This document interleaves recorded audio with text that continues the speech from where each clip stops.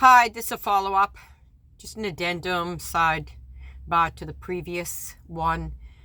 I'm just getting over a cold or suffering from one, so I look a little tired, a little haggard, not sleeping very well, but that's okay. Just over, overworked probably.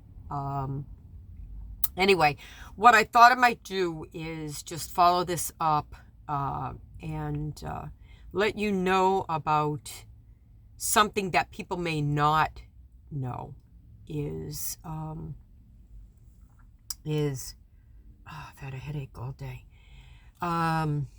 Is back in before the millennial, before 2000, at the end of my marriage, we were estranged and we were essentially legally separated, but we were still under the same roof until one of us was asked to move out, and it wasn't him. To move, and because you couldn't stay under, it was very, very domestically violent, just bad circumstances in general. So 98, 99 happened.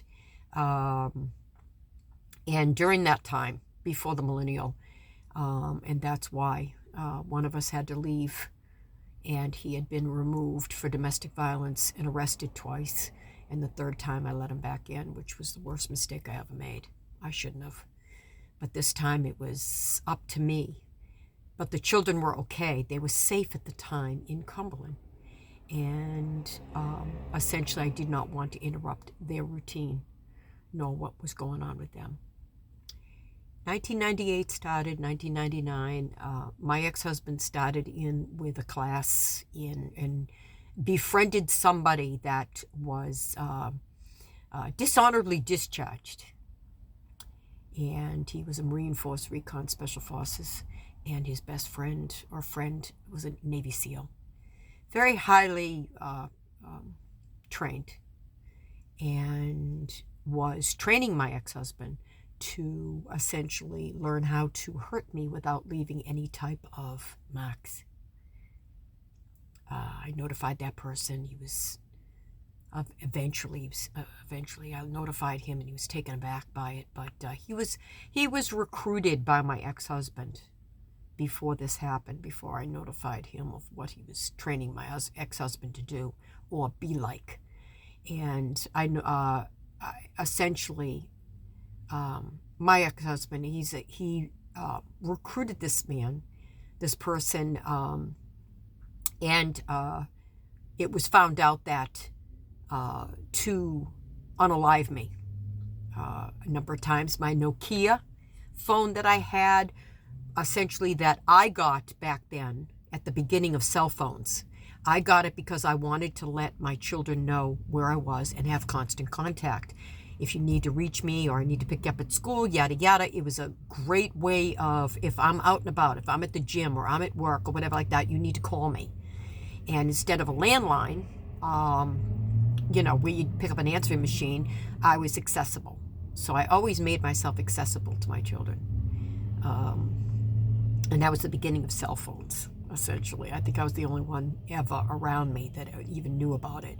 So I had that green one matching my green Jeep at the time. And he recruited this person to essentially make it a point to unalive me. First it was isolating me out in the woods, assault. That didn't work, damaging. Photographs, all of that, damaging and unbeknownst to me. And then that didn't work, so I was coaxed over to a home off of Angel Road in Cumberland, near Chapel Falcones, and it was Orchard Road, and in a basement. I was coaxed there under false pretenses, used as an excuse to something about my children, yada, yada, and I was like, okay, and backed up into a room and shot at. I survived that. I reported it to the Cumberland Police. I reported his weaponry to the Johnston Police. Everyone really didn't take much alarm to any of that, but I did. I did not make it home that night. I went to work in shock because I was told if you call out, you lose your job. I could not at the time lose my position. So injured, I went to work, and believe me, people noticed, and I left a little early, but at least I made it, and then I went back to Cumberland.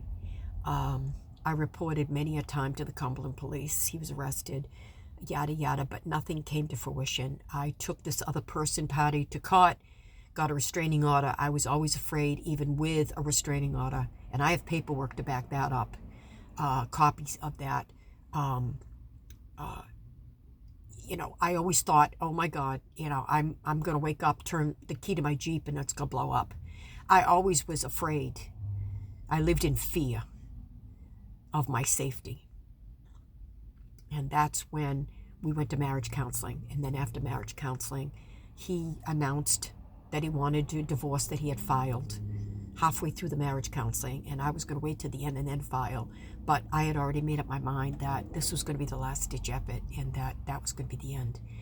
And he had bailed. But he was the one that set this up. This was a very, very dangerous person. And I kept trying to accentuate that.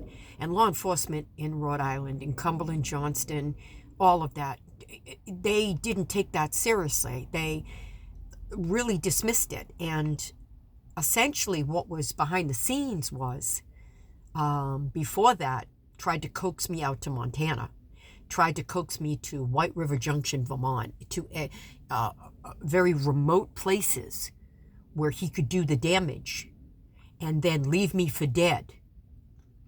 I would die, go back to my ex-husband. That was the plan, go back to my ex-husband. My ex-husband had a life insurance policy on me.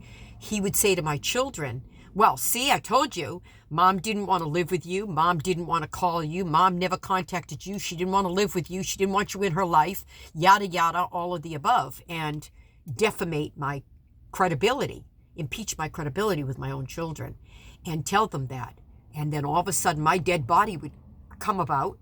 Oh, we found her out there. Well, she must have wandered off with somebody, and sluts and nuts, and sleazy sluts and nuts, and slushy lushy, and maybe on drugs, and she was flaky, and you went off with, who knows who killed her. She ended up dead. Well, what would happen to that? A, my children would spit on my grave. B, he would end up getting what he wanted. And C, he would collect on an insurance policy, and I would be gone. So it's win, win, win, win, win on his side, and I'd be dead. And that was the plan. But you know what? I'm still alive. I survived it. I suffered in silence. The divorce happened. I had to remove myself from the scenario.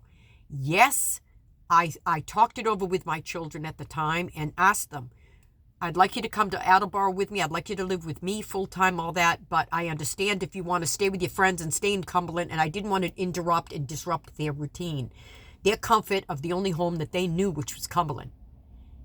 And their traditions and their comfort and their routine and their friends and their neighborhood. That was the only thing my children knew in their life. And I did not want to disrupt that. So I was like a few miles down the road. That's it. But 24/7, 365 access to me. And he didn't want that. And he was going to do everything upside of committing a crime. And literally hated me so much that he was willing to do that to innocent children, of doing whatever he had to take to basically eliminate the mother of his children from them and do the damage to them. He would have known. He wouldn't have cared. But it would have been them. I never went to Montana. That was a setup. I never went to White River Junction. I was poisoned at that time and almost unalived. I've had everything done to me besides dying. Okay? And they're all thinking, she's not dead. And yet there's an insurance policy. Life insurance policy. He would have gone away with money and saying, oh, see, I'm the better parent. She's the sluts and nuts. She's the slushy lushy. She ran off. She must have been on drugs. She must have been a derelict of duty. She didn't want her kids. She abandoned them. She neglected them, and then set that rumor as the truth. And I would be dead and not be able to defend myself. I'm defending myself. I didn't fall prey to that. I kept focused. I kept on point. And it ended up in court. And then the visitation schedule had to be established. And that's what I fought for in Rhode Island. That's why I took him to Rhode Island, was a visitation schedule. That's it. Just to have something established in my glove compartment. And then everything else. And everything else is what it is. I wrote my book on it. I wrote it in my autobiography. I wrote 3 books on everything that I could possibly have proof to prove and to say and defend myself. This person, third party, was a very, very dangerous person and knew 21 schools worth of training, knew what to do, how to do it. He recruited them. And then finally, I told him to his face, I backed him up and I said, listen, this is what you're training my soon-to-be ex-husband to do. And then he backed off. He was like, oh, and that was it. And I just was like, what? All in the name of what? Love? Then after the divorce, I was seeing somebody else and I was in love with someone else. One person in love with one person. Normal. Completely normal. Every right to do it. And he would cry because his plan failed. So then he proceeded on to the parental alienation route. He couldn't outright kill me with him being the innocent party and collecting all the insurance money. You understand where I'm going with this? So then he decided to attack my credibility and parentally alienate me and go down that road. And the courts fed into that because it was corrupt. And people were paid off. And lies were told. And secrets were said that were lies. It's a fraud. But it happened. But the long-term damage can just go on and on and on and beyond. And I'm still alive. Whether I'm due for an inheritance or not, being owed to me and not being paid to me, that will be uncovered also. But he hates me that much. Or it could be the other way around. He loves me that much. Remember this. A copy is not as good as the original. No one can copy me being a wife to him and a mother to my children. I was the first wives club. Always remember that. Good, bad, or indifferent. I'm getting over a cold, that's why. I mean, I'm a little kind of worn out. So, excuse the fact that I don't have any makeup, filter, did my hair. My hair was kind of up and out. I gotta get my hair done. But anyway, so you say it. That's where it goes. It is what it is. But I wanted to know the details. If people are not reading my books, that's fine. I'm not asking for profit. Take the money and give it to an animal shelter. All right? I get justice in Massachusetts. Take the money, split it up 50-50 and give each of my children, or split it up and then put it into, get the routing number, account number of their banks and just send it to them. Give the money to my children. It's going to go to them anyway. Give it to my grandchildren. That's not the point.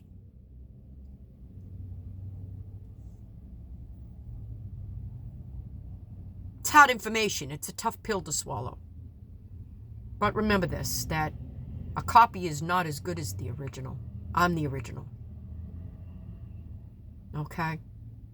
I don't hate. It's not a haters video. This is just proof. This is the reality of what life is all about, and how far people will go to the extreme. I got originally married out of college, and for all the right reasons. And I understand why we ended up together, why we were together.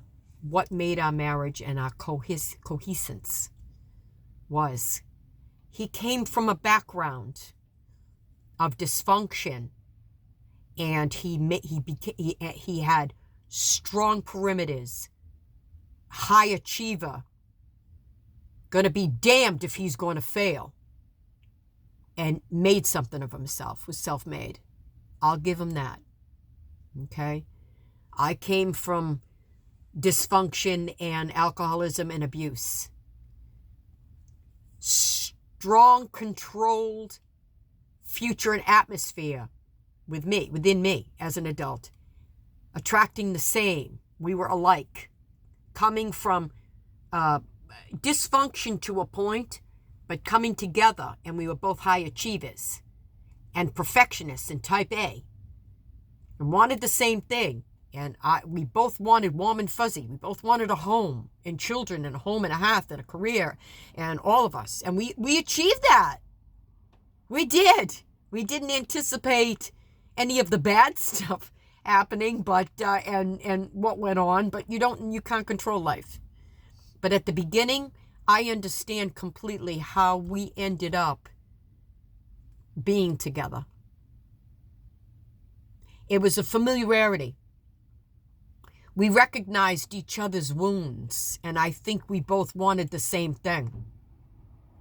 He was 22, going to be 23. I was 21, going to be 22.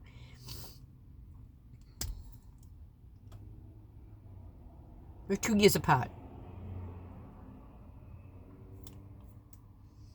It was good. Started out with all the best intentions. Our hearts were in the right place. But I don't know, it just evolved. And I think trauma and tragedy and loss, I think that he changed. I trajected in a direction. He went this way, I went that way. And it happens. But what could have been prevented was what was done in the court system in Rhode Island. They could have been a better advocate for us. Okay, and they weren't. They worked against you. They work against you. They worked against us. And they believed lies without hearing both sides. It was unfair, and it's supposed to be without prejudice. And Massachusetts needs to also be held responsible on just hearing one side of a story.